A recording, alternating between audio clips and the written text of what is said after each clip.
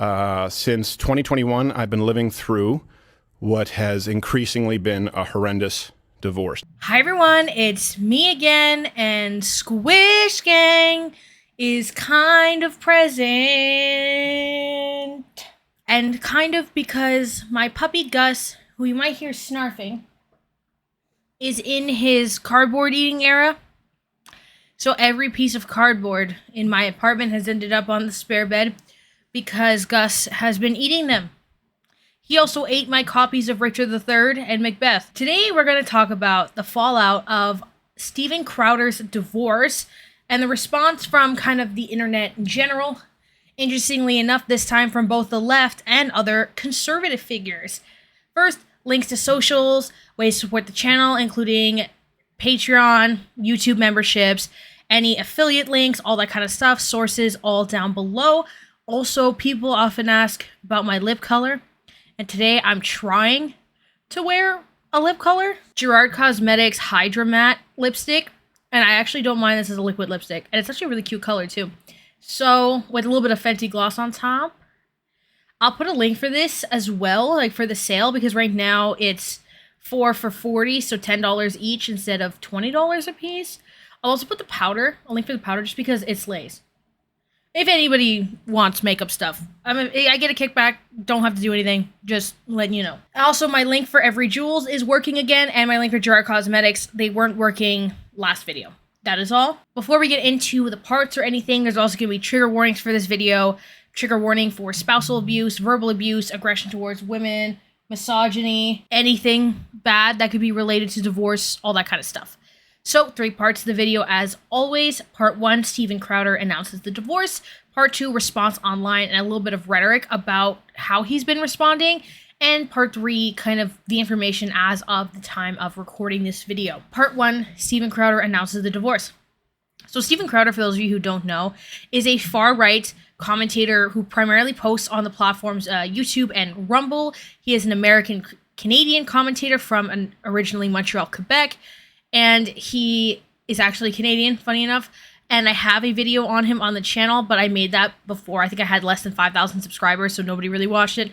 Understandable. But it's called Canadian Medicine, Steven Crowder, something, Canadian Menace Part 1, I think. So, just to let you know.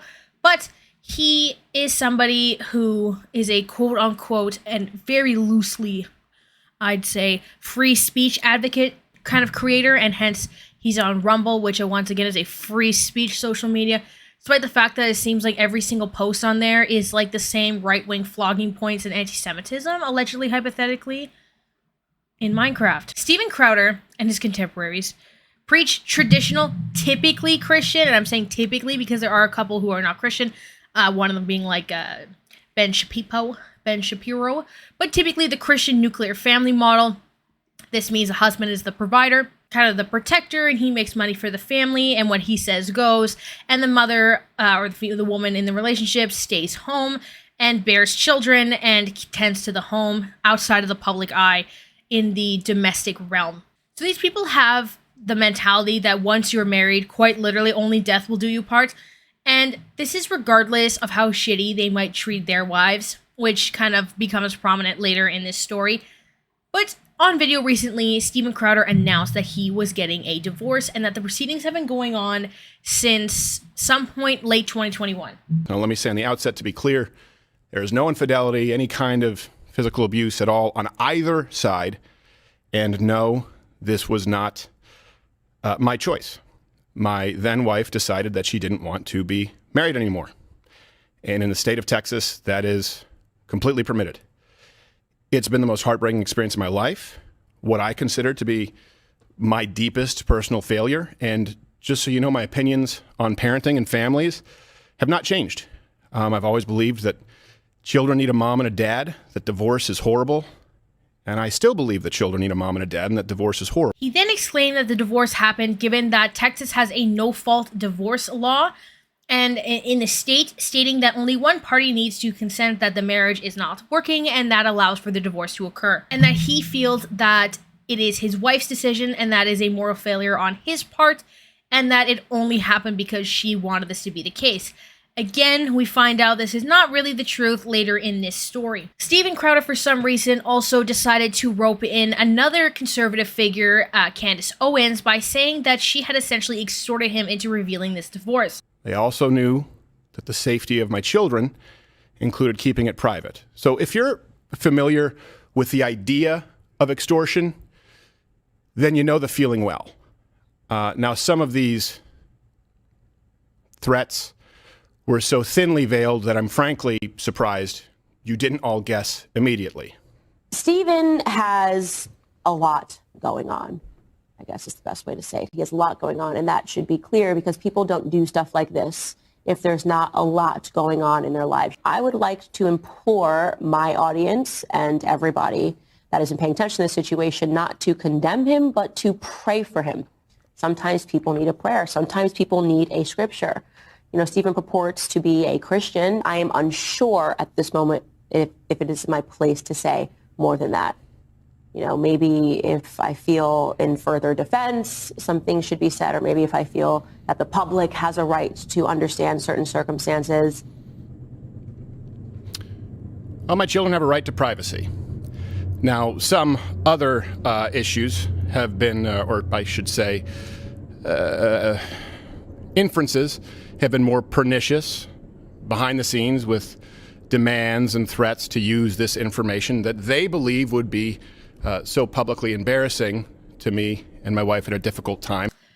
In this, he claimed that in the Daily Wire proceedings and like the negotiation, so what had happened earlier this year is far-right news, again loose, hypothetically, allegedly Minecraft, platform Daily Wire asked Steven Crowder to join their onslaught of bigots, hypothetically, allegedly, and said that they would like to provide him with a $50 million over, I believe, 3 years contract, but with the caveat that he cannot be banned from YouTube without losing any money.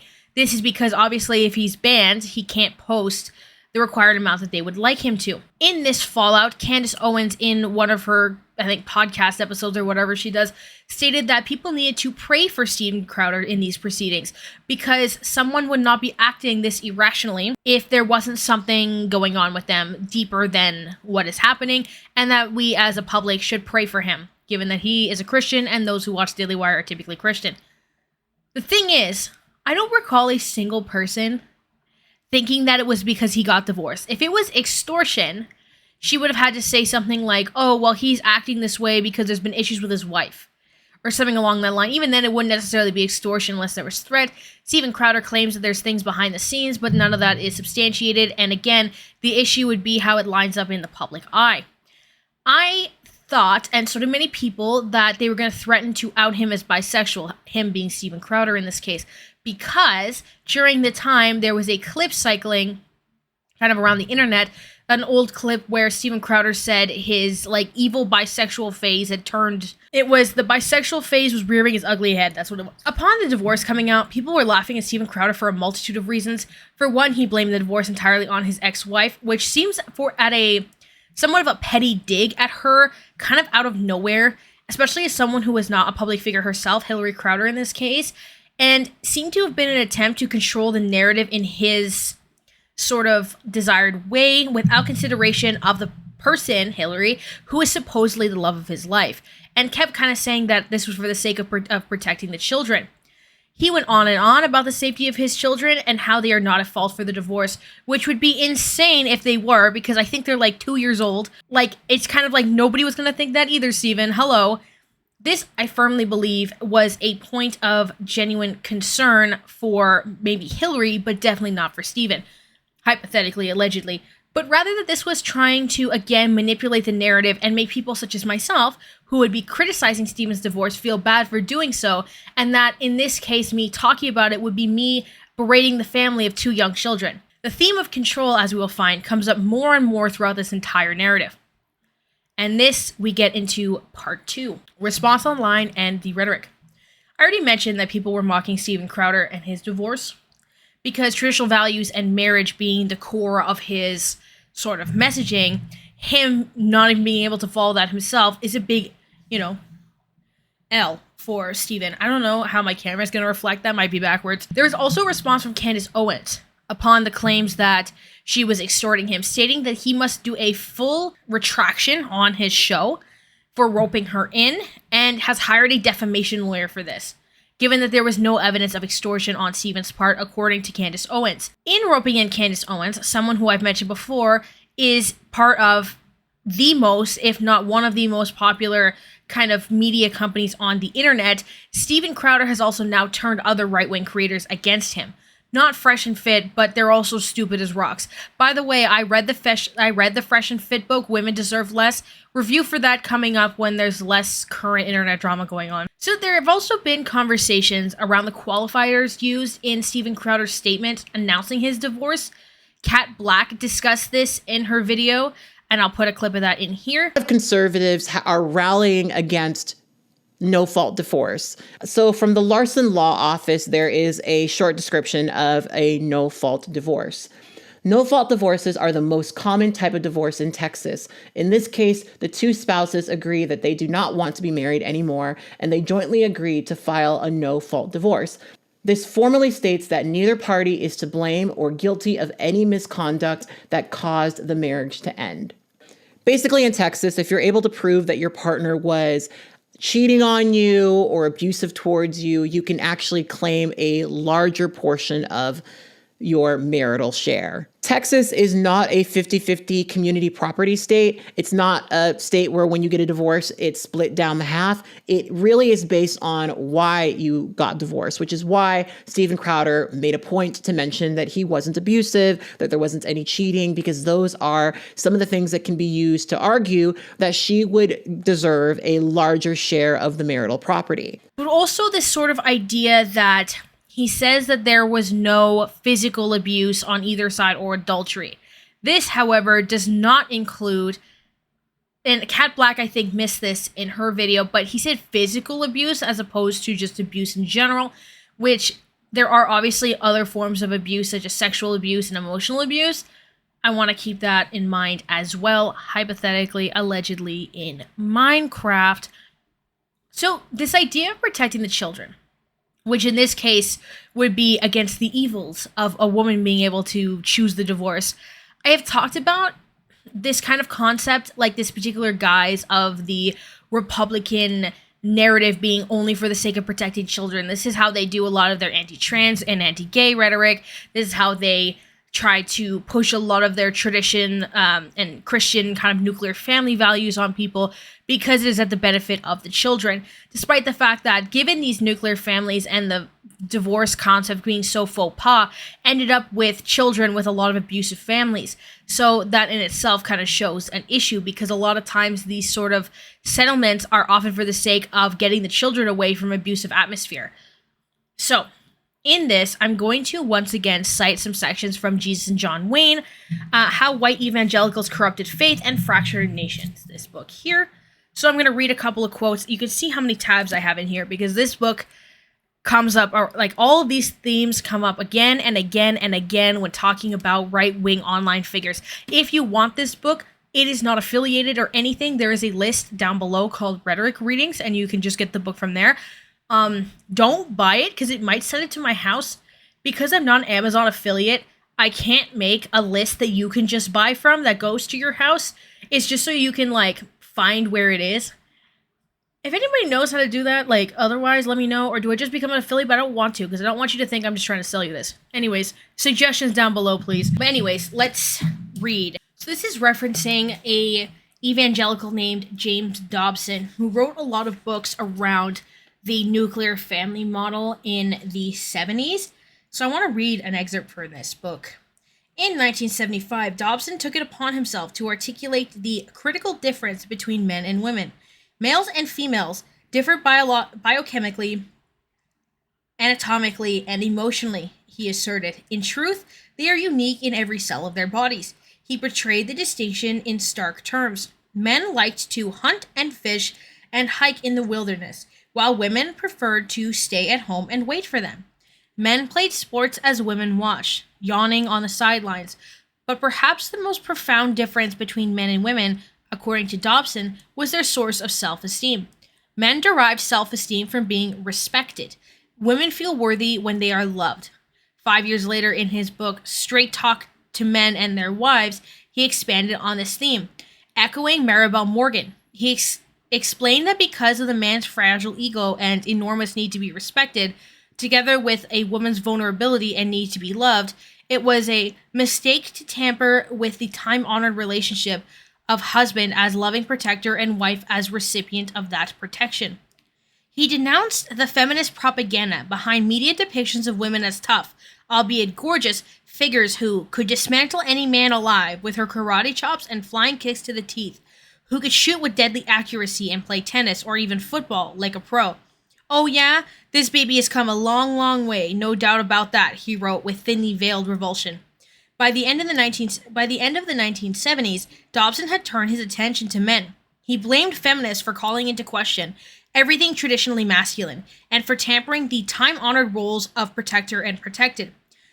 More perniciously, they had denigrated the masculine leadership as macho, leaving men in confusion and the nation in peril. The media, too, had concluded with feminists to portray the macho man as an anachronism. The demeaning portrayal of men in popular sitcoms was part of a concerted attack on maleness. All this left men in a state of confusion with their role. Will he march off to defend his homeland in times of war, or will his wife be the one to fight in the foreign soil? Should he wear jewelry and satin shoes or carry a purse? Alas, is there anything that marks him as different from his female counterpart?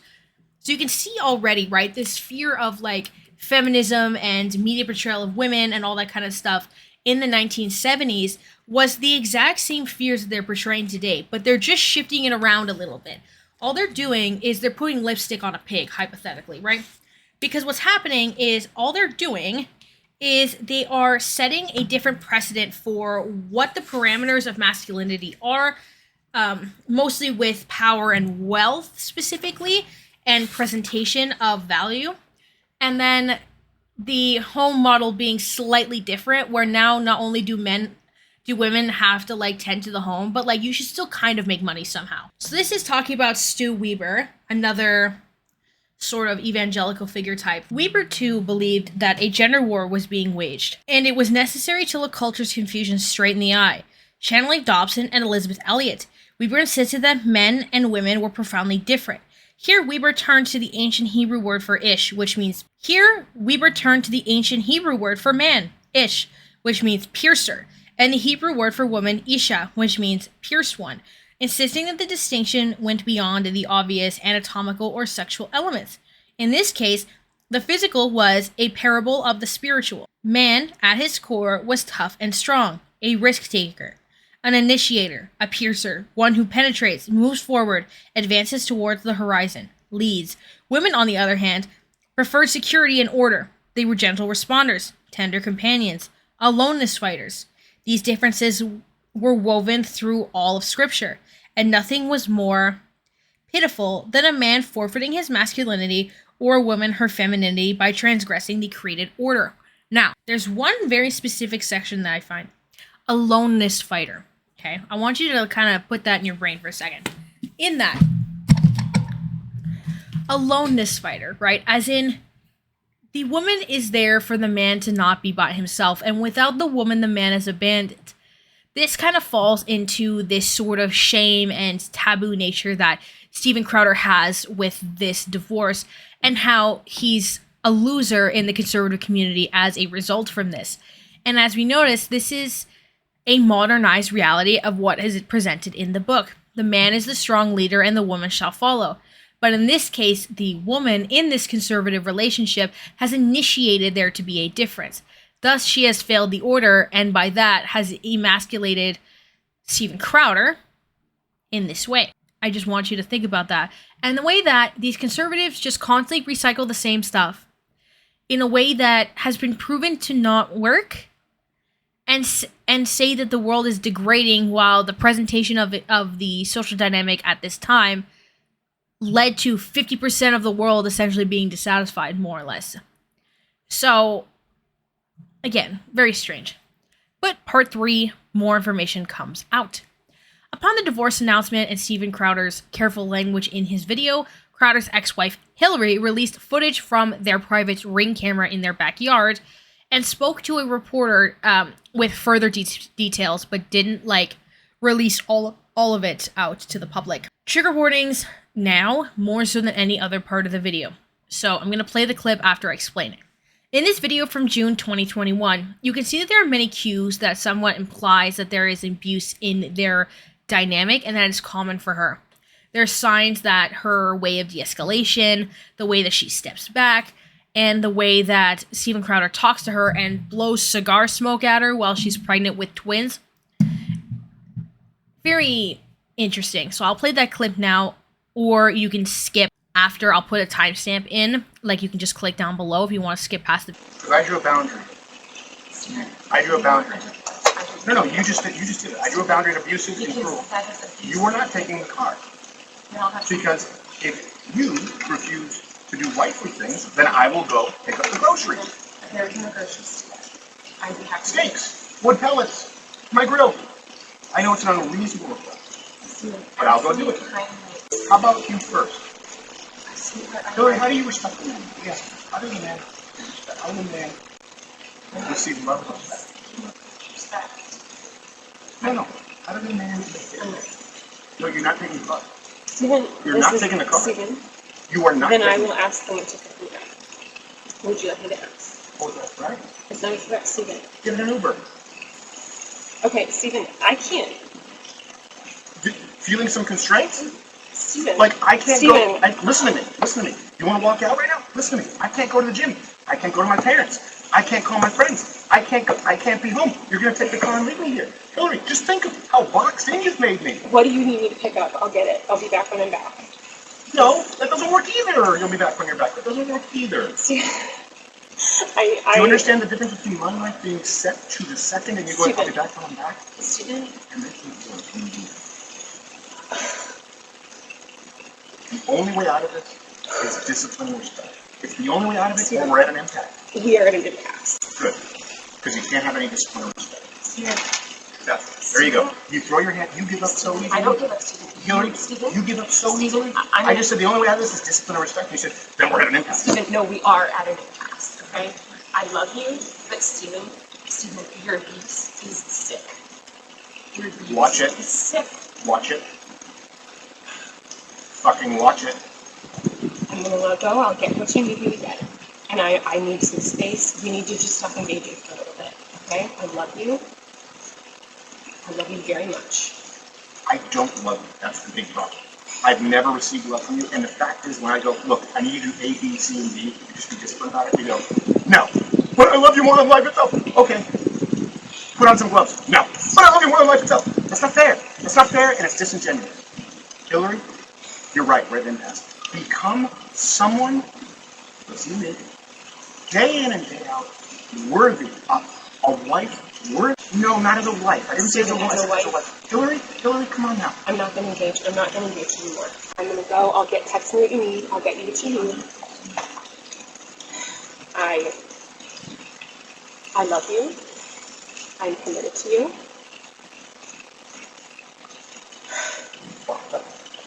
Put on some gloves. Are you committed enough to do those things? I'm not trying to. Are you committed enough to do those things? You're not committed to anything. You're not committed to anything. You just said I love you. I'm committed to you. Walk the dogs. Put on some gloves. I need to. Walk the dogs. Put on some gloves. Are you committed enough to do those things? Are you committed enough to do those things? Are you committed enough to do those things? I'm gonna just. Walk the dogs. Put on some gloves. Are you committed enough to get the medication the dogs take? No, you take Betty.